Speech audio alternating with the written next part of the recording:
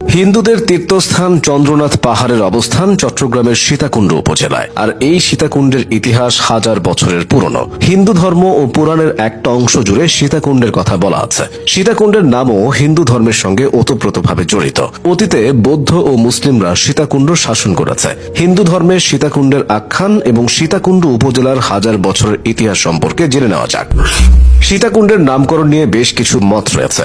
হিন্দু সম্প্রদায়ের অনুসারীরা মনে করেন রামায়ণে বর্ণিত সীতা এখানে আগমন করেন এবং একটি কুণ্ডে স্নান করেন, এই কারণে সীতাকুণ্ড নামের উৎপত্তি হয়েছে। অন্য মতে রাম স্বয়ং তার স্ত্রী সীতার নামেই সীতাকুণ্ড নামকরণ করেছিলেন। হিন্দু ধর্মের পৌরাণিক উপাখ্যানে নারদ মুনির ভূমিকা বিশাল। নারদ মুনির ভূমিকা থেকে স্পষ্ট হয় যে দক্ষ রাজার কন্যা পার্বতী মা বাবার অগোচরে ভালোবেসে বিয়ে করেন শিবকে। এতে রাজা ক্ষিপ্ত হয়ে ত্রিলোকের সবাইকে আমন্ত্রণ জানান। সেখানে শিবকে জন্য তার মূর্তি বানিয়ে রাজপ্রাসাদের বাইরে প্রহরী হিসেবে রাখা হয়।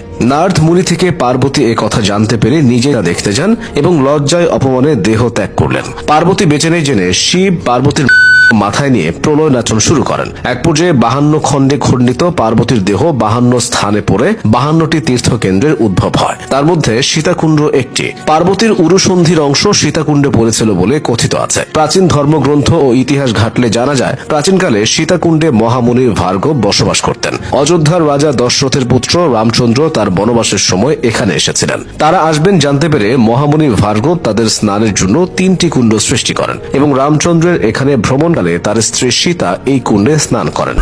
এই কারণেই এখানকার নাম সীতাকুণ্ড বলে অনেকের ধারণা। সীতাকুণ্ড উপজেলার মোট আয়তন প্রায় 484 বর্গ কিলোমিটার।